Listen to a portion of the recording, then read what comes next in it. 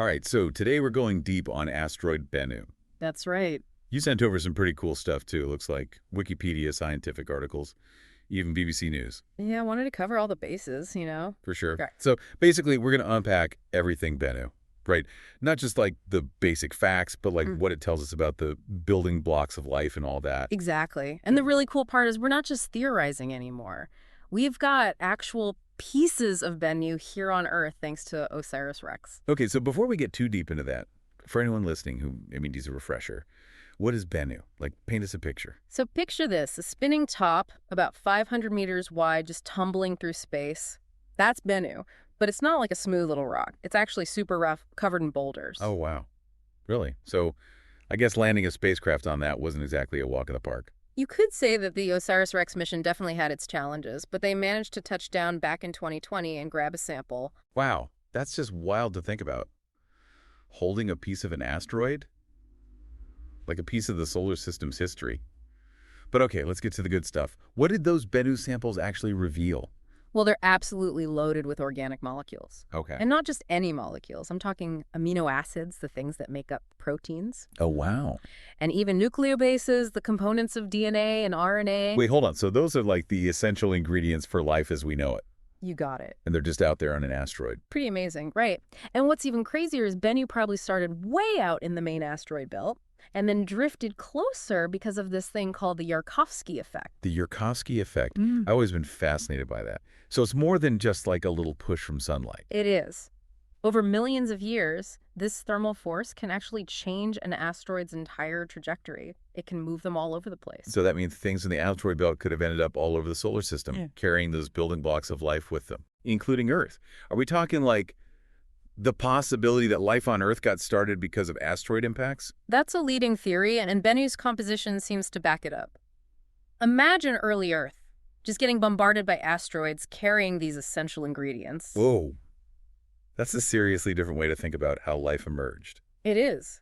Okay, so we've got organic molecules, but I remember reading something about water, too. What's the story there? Oh, yeah. Scientists found minerals and salts in the samples that only form when salt water evaporates. Oh, so does that mean there were like oceans on Bennu? Not quite. Probably more like salty pools or pockets of water, existing for thousands of years, maybe even longer.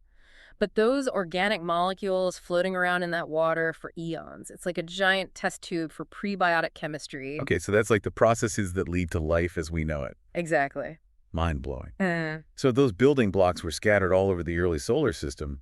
How many other Bennuses could be out there? With the potential to start life on other worlds. It's a question that really changes how we think about where life could exist and how it might arise. We're not just looking at Earth anymore. We're looking at a universe that could be full of life. That's a humbling thought for sure. But okay, we can't talk about Bennu without talking about the elephant in the room, right? The chance of it hitting Earth. Right. Bennu is classified as potentially hazardous. The current calculations put the odds at about 1 in 2,700 for a potential impact in 2182. 2182, okay, so that's a ways off. But still a little unnerving. What are the chances it would actually hit us? And what could we even do about it? Well, those calculations are based on what we know now, and they can change as we get more data. And that's where missions like OSIRIS-REx are so important. By studying Bennu, we're not only learning about the origins of life, but also getting crucial info for planetary defense.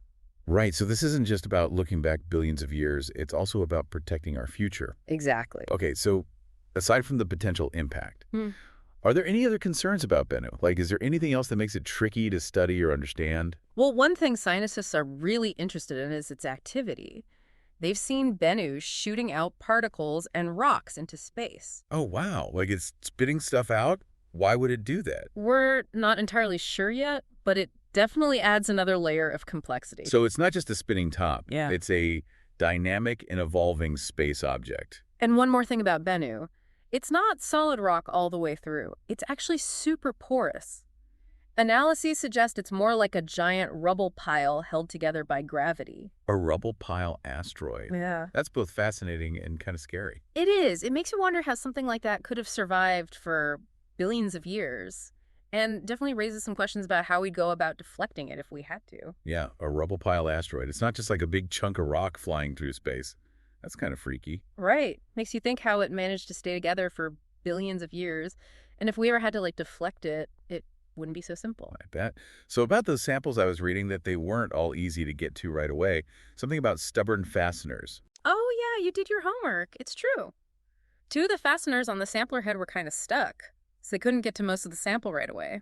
Wow. It took some serious work to finally open the capsule. Like Bennu was holding onto its secrets until the last minute. Well, I guess you could say that. But it was worth the wait. Those 120 grams of rock and dust have given us so much info, and we're still analyzing it. So we've got organic molecules, water, this weird structure. Yeah. But what about the specific types of organic molecules? Were we talking like the same ones we find here on Earth? Well, they actually found 14 of the 20 amino acids that are essential for life as we know it, Oh, wow. and all 5 nucleobases that make up DNA and RNA. So it's not just random organic stuff. It's like the actual building blocks of life. Yeah. But wait, I think I read somewhere that Bennu's amino acids are a little different from Earth's. Something about handedness. You're right. Life on Earth uses mostly left-handed amino acids, but on Bennu, it's a 50-50 split, left and right. Huh. That's weird. Why is that? That's the million-dollar question. Scientists are still trying to figure out what caused that difference. Could be a huge clue about how life started. Wild. So this one asteroid could help us solve one of the biggest mysteries about life on Earth. But let's go back to Bennu's makeup for a sec. I read they've been comparing it to a specific type of meteorite we find here. Why is that? You're talking about CI chondrites. Yeah, CI chondrites, they're pretty rare, right? Super rare. But they're surprisingly similar to the Bennu samples, both rich in carbon, water-altered minerals, even organic compounds. Okay, so what makes these CI chondrites so special? Why compare them to Bennu in the first place? Well, they're like time capsules from the very early solar system. Their composition is thought to be very close to the sun's, minus the hydrogen and helium, of course. Oh, so by comparing Bennu to these CI chondrites, scientists are basically getting a peek at the ingredients that formed our solar system. Exactly, like having 2 pieces of a puzzle that fit perfectly. Yeah. And it suggests that Bennu is a really pristine sample. Not much has changed since it formed. So we're looking at the building blocks of our solar system, untouched for billions of years. Mhm. That's pretty incredible. It makes those samples even more valuable. It does. And it highlights why missions like OSIRIS-REx are so important. We can learn a lot from telescopes and stuff.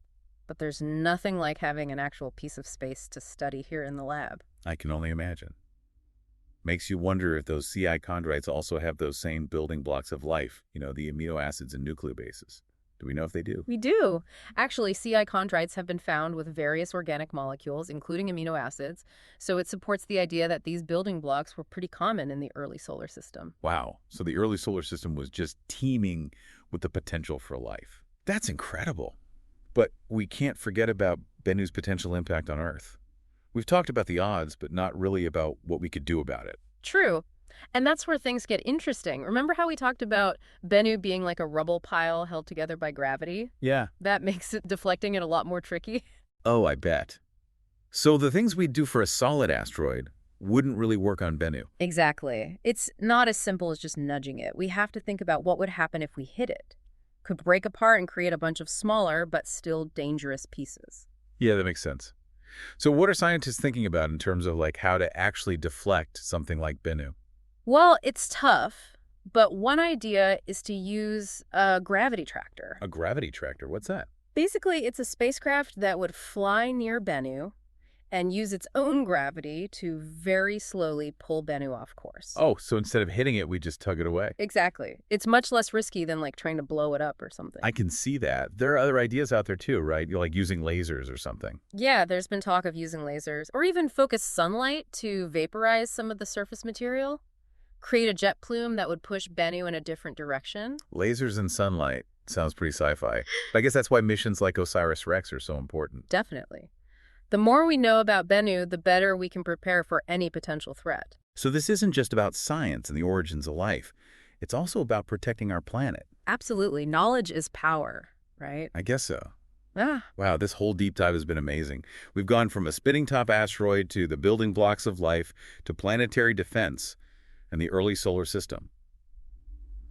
Bennu is one fascinating space rock. and we're only just beginning to understand it. Every new discovery leads to more questions, more things to explore. Makes you wonder what else is out there, right? What other secrets are asteroids hiding about our solar system, and maybe even about life itself? Who knows? But it's definitely exciting to think about. It is. Well, for our listener, we hope you've enjoyed this deep dive into Bennu. It's given us a peek into the origins of life, the early solar system, and even the challenges of planetary defense. But most importantly, it reminds us that we're part of something much bigger than ourselves. That's right. We're part of this incredible universe full of mysteries waiting to be discovered. So keep looking out, keep asking those big questions, and who knows what you'll find. Exactly. You never know what's out there. Until next time.